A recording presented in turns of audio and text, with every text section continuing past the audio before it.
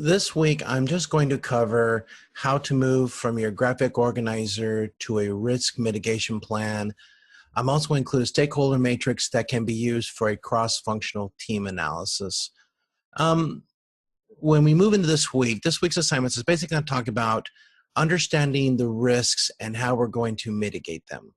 So in this regard, we're going to deal with basically understanding how the risks will both influence our project or our initiative, and as well as understanding who it will impact, and then create a mitigation procedure for each of our risks such that we can mitigate or lessen the risk or the impact of the risk to our project. When we do about mitigation, there's one of two things we try to do. We try to either minimize the impact of the risk on our project, or we mitigate the risk altogether sometimes. And of course, when we mitigate the risk altogether, there's certain trade-offs. Sometimes you have to spend more money. Like for instance, I'm going to show some examples where you may have to spend more money in design, or spend more money in warehouse space, or do other things, spend more time doing something.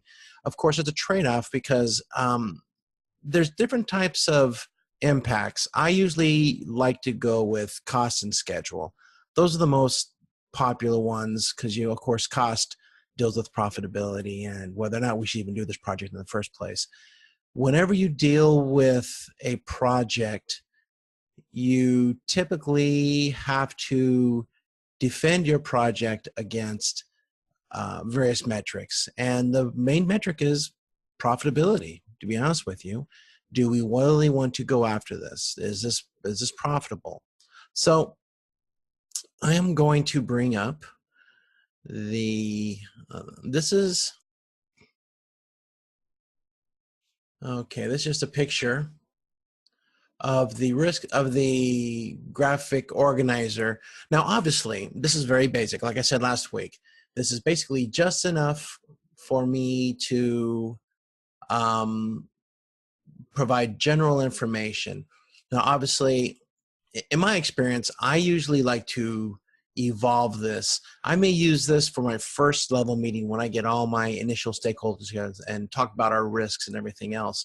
Make sure we got all of our stakeholders identified and all of our risks. Then once I'm finished, I usually find out that I missed a lot, or I may have missed a layer of information. Or like for instance, in here, I noticed earlier that I had missed marketing as one of my stakeholders. So I would go in here and change it to marketing. And then once I get this general draft, I may move it over to something more like a mind map type or an affinity diagram or something like that. Something that's more graphic that I can have more information on.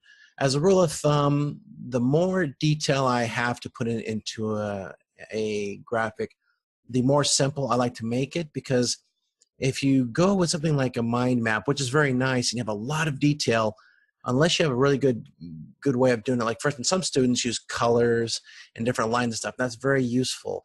I've seen some though where it just gets very complex. You have literally dozens, sometimes like almost 100 lines going all over the place. So you want to go between like a mind map or a matrix, or just a simple. This is kind of like an affinity diagram where I have things organized by topic. Okay, so in this week, I'm basically going to take the risks that I have highlighted here, and I am going to place them into a risk mitigation plan. And it's fairly simple. I'm going to go through the system that I use when I create a risk mitigation plan. Now, once again, you're free to use any plan you like as long as you effectively talk about the factors that are in the assignment. I'm just going to show you real quick. So this is the graphic organizer. So what I did, I generally just move this information from here into my risk mitigation, a basic risk mitigation plan. And now there are several templates on the internet, and there's, depending on how much detail you want to use. for this assignment, because I'm just basically wanting to get you comfortable with a risk mitigation plan in general, you can use as basic a one as you like. What I usually like to do is I like to create the risk mitigation plan based upon the risks associated from the stakeholders. Like for instance, in this one, I have the risks that I had identified in my graphic organizer, all these risks, okay? They're over here. And then here, I basically, what's the likelihood of the risk occurring if we go to continuous production? I assumed in my project that we're already using continuous production. So obviously likelihood is high because we're already there. So if we go to intermittent production, what is the potential of having high production costs? High, medium. Now I use Microsoft Excel for this. And the reason why is when you do this, what you can do is you could actually sort these by high, or high, medium, high, low. You can weigh these. Like for instance, if you want the likelihood, I've seen in a couple projects that I've worked on where you may have 3 or 4 different impacts, and each of them are weighted. I'm not sure if it's covered in this class, but you can use weighted variables where you may like cost may be very important. So low, medium, high could be like 3, 5, 7. And schedule impact could be 1, 2, 3, because we're not as worried about schedule impact maybe. So you could actually weigh these and make a score for each of your risks. So what this does is this keeps your cross-functional team that you're going to bring together to address these risks, keeps you from having to attack all these risks. So you may say, okay, we need to understand the heavy hitters. So you may say, okay, we're going to identify the top 5. I'm basically moving from the graphic organizer to my risk mitigation plan. And basically what I have, when I create my graphic organizers, I like to make it as simple as possible when I begin, because what I find is my graphic organizer grows as I progress. Like for instance, in the first meeting, I may just have a general kickoff meeting where I identify basic things like who are our basic stakeholders, what's our general risks that we understand at the moment. This is when I talk to the initial stakeholders like management, whoever. And then once I do this, then I will start to talk with all of these stakeholders, see what their risks are. So as a result, this tends to grow. So I like to start off with a basic graphic organizer in the beginning, and then I like to expand it as I learn more and more and more. And I always like to kind of juggle between too much complexity and too little complexity. Because sometimes I've seen some graphic organizers where you literally have almost 100 lines going everywhere. So sometimes you got to find a way to organize this stuff such that it makes sense and doesn't overwhelm the reader. I've seen some really good examples in the class. So going back to the risk mitigation plan, all I did is I take these risks that I've assigned, not assigned, but I've identified, and I basically open up Microsoft Excel, and I just made a basic risk mitigation plan. Now there's tons of different types on the internet. You can go on the internet and find literally dozens of these. I made a very basic one, and basically I said, okay, what are the 2 types of impacts to my project that my main stakeholders are concerned with? Most of the time it's cost and schedule. So all I did is I listed all my risks on the left-hand side. Very simple. And then I just made you talk to your stakeholders, ones that this impacts most. So to catch Chris up, basically I took all the risks from my graphic organizer and I just put them on the left-hand side in Microsoft Excel. Okay, and they're all right there. And then I just basically assigned a likelihood that this would happen. So what's the likelihood? And in general, I like to go to the stakeholders that the impact, say, okay, how likely is this risk to occur? You go high, medium, low, okay. And then you go cost impact and schedule impact. I like to use what are the most important impacts to a project that your stakeholders identify. And most times it's usually cost and schedule. So so cost impact is high, cost impact's high, schedule impact high, medium, low. What I do sometimes is I'll actually weigh these. And like, for instance, let's say you talk to the main stakeholder, say, yeah, cost is the most important impact that we care about. We want to make sure that your project is profitable. So I may say that low, medium, high could be like low is 3, medium's 5, and high is 7. And they say, well, schedule impact's important, but not as much. So you may say that this is 1, 2, 3. So you would score this 1 for low, 2 for medium, 3 for high. If you have a third criteria, you can make it 2, 4, 6, or however you want to do. I've seen some Six Sigma projects where they actually square it. So like, for instance, the least likely one is 1, 2, 3. The next one would be 2, 4, 9. Then the next one would be 1, 2, be 4, 16, 81. So what it does is it magnifies the difference between the different types of risk. I've found that kind of, it can work. You know, it just depends on how much you want to weigh the different criteria. But so you may have like 2 or 3 different types of impacts that you want to put on your project. And then you just talk to your stakeholders and say, okay, well, how much impact would this have on cost? How much impact would this have on your schedule? Just rank it out. And if you want, you can actually number these 1, 2, 3, or 2, 4, 6, whatever. Then you could total them. I use Microsoft Excel for this because sometimes when you start with your cross-functional team, you could have 20 or 30 risks. And we say, hey, look, we only want to tackle the top 5 or top 6. I've seen a lot of teams get bogged down in the minutia on trying to tackle too many risks, try to mitigate too many risks. So you determine which risks you want to tackle. And most of the time you want to tackle the ones that has the highest impact. Now, sometimes maybe some low-hanging fruit. There might ones that might be like a high likelihood, but maybe low impact, but are very simple to implement. So if you want to do that, you can add another category, basically saying, you know, complexity. If it's low complexity, something that we may want to tackle early on if it doesn't cost much to do. So when you do mitigation strategies, there's 2 general things that we look for in a mitigation strategy. We're either trying to eliminate the risk altogether, or we're trying to reduce the impact of the risk to the project. And most mitigation strategies usually involve a compromise. We want to trade off. So for instance, increase in production run complexity.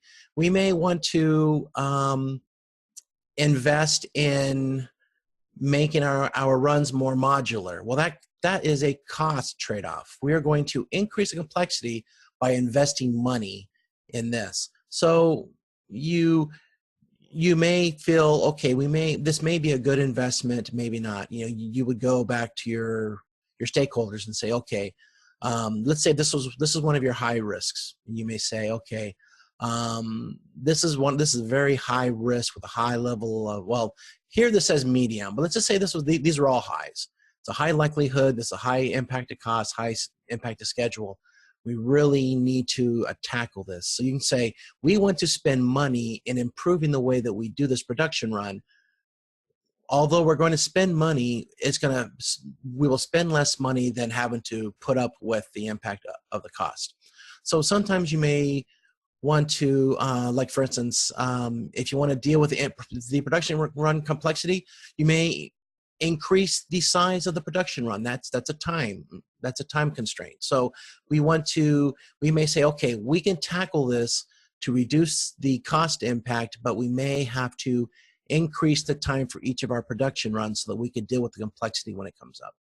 So when we deal with mitigation, usually you have to do a trade-off. So when I do mitigations, I usually like to do multiple different types of risk mitigations for each of our top risks.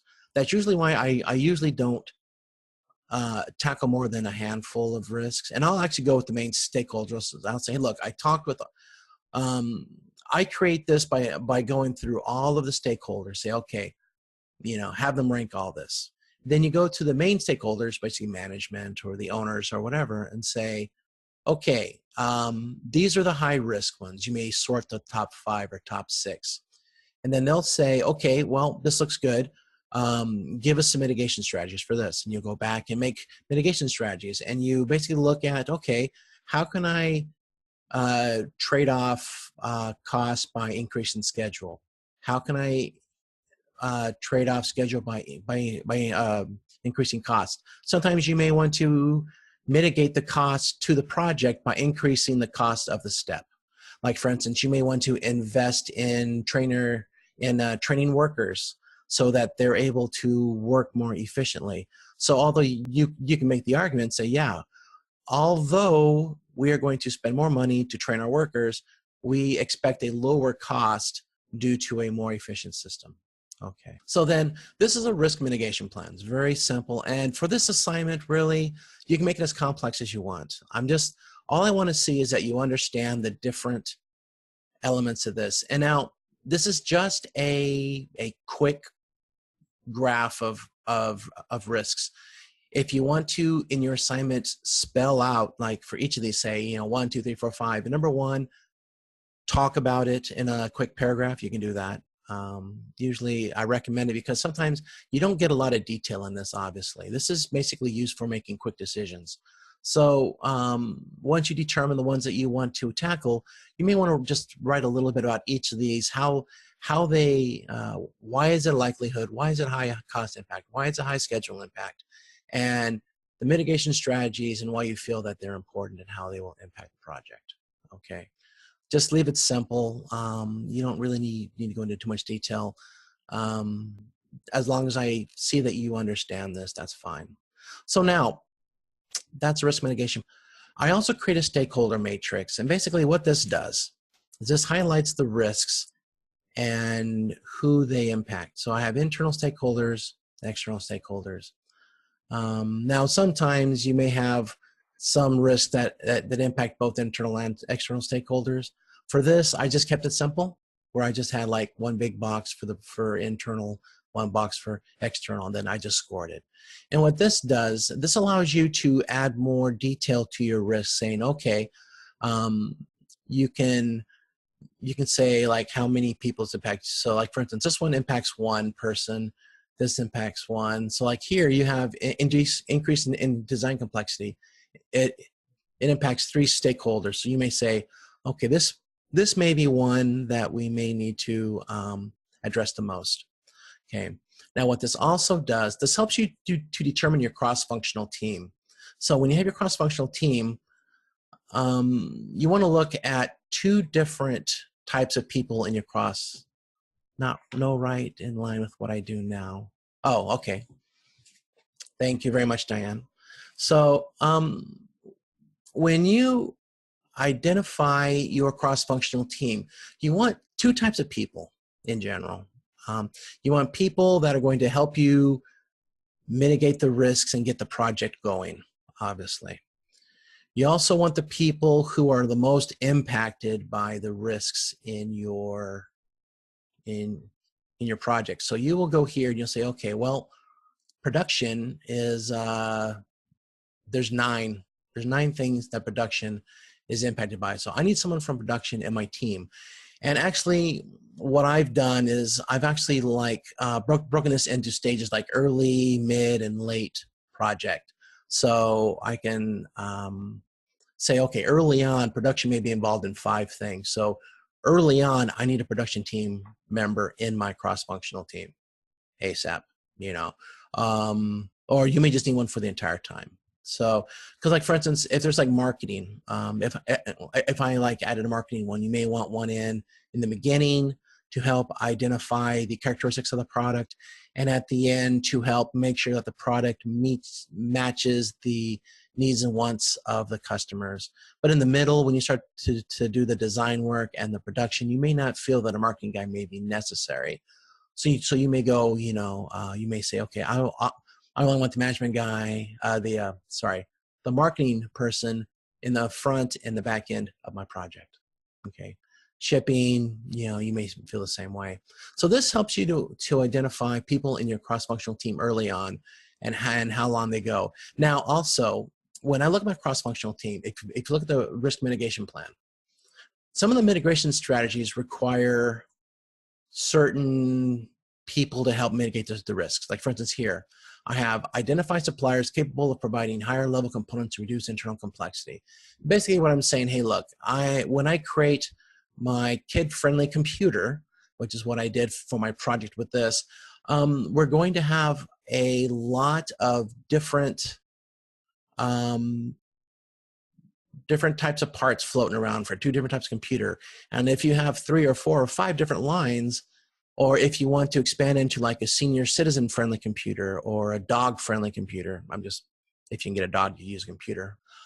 You may want to tackle this early. You may say, okay, hey, we need to get some design complexity addressed. So we may say, okay, well, we need to bring in some suppliers that are capable of helping us with this. And I've done this in aerospace, where sometimes we may go and do a venture into some type of new system that we have very little experience in. And we'll say, okay, which of our suppliers that we currently have relationships will be able to help us understand how our system will integrate with their parts. So we may bring in a supplier to help us with that. So that's just one example you could use. So when you look at your cross-functional team, you want to look at the stakeholders, obviously. And sometimes some people actually bring in external stakeholders. You may, usually marketing deals with that sometimes, but you may want to bring in some external stakeholders. It just depends, So this helps you to identify who you want to bring in. Now, for your project, do you need to make a stakeholder matrix? Yeah, that's up to you. If you, as long as you address the core of the rubric, I'm not going to worry too much about how you do it as long as you address it. I've seen a lot of variation in the assignments, and I've seen more than one way to do things. So surprise me, please do. I'm always up for that. So real quick, cross-functional team. So that's how I build my cross-functional teams. So I look at people outside of the system to come in to help me with specific risks. And then I look at which stakeholders are affected the most and when. And then you build up your cross-functional team. I've seen people build a cross-functional team early on so that they can build the risks from the cross-functional team. I've had mixed results because what happens a lot in these projects, what I've seen is if the scope isn't well defined, you'll spend a lot of time and energy going back and forth between scope and risk, scope and risk, scope and risk, such that it may cause scope creep. So what I usually like to do is I may have some major stakeholders in early to hammer down the scope. And then I basically say, hey, look, the scope will not change unless something happens that the major stakeholders view as a showstopper or something that has a high risk of causing this project not to occur. So, and then once you get the general scope down, then bring in your larger cross-functional team. Once again, this is very general. In my examples, I like to keep them simple so that I don't overwhelm people with a lot of detail in my examples. So this is a very general risk mitigation plan. As I said, there's many on the internet. I don't really expect you guys to make a huge risk mitigation plan. But as I said, if you want to highlight the top 4 or 5 and talk to those in your paper, quick paragraph, you don't need anything, huge, just enough so I understand that you understand the concept of how to work with this kind of information. That's all I need. And then the stakeholder matrix, if you want to make one of these, that's fine. If you want, I could post these images in the classroom for you guys to look at and pull and do whatever you guys want to do. There's a lot of these on the internet. Feel free to use whatever one works best for you. Okay, so now this is all in relation to the project. Does this make sense, Chris? I know you had a little bit of confusion in the graphic organizer section, and that's my fault. I made an assumption that people could use whatever tool they want to use, and I wasn't clear about that. So that was my fault. So to reiterate, you can use any tool you want. I know that a lot of people use those tools, those online tools, but if you want to change it to Visio or Excel or Word or PowerPoint, please feel free. my goal is not to drive you guys crazy with new things, but let you guys, experiment and learn and have fun with each other's stuff. So please feel free to walk outside of those tools that they give you.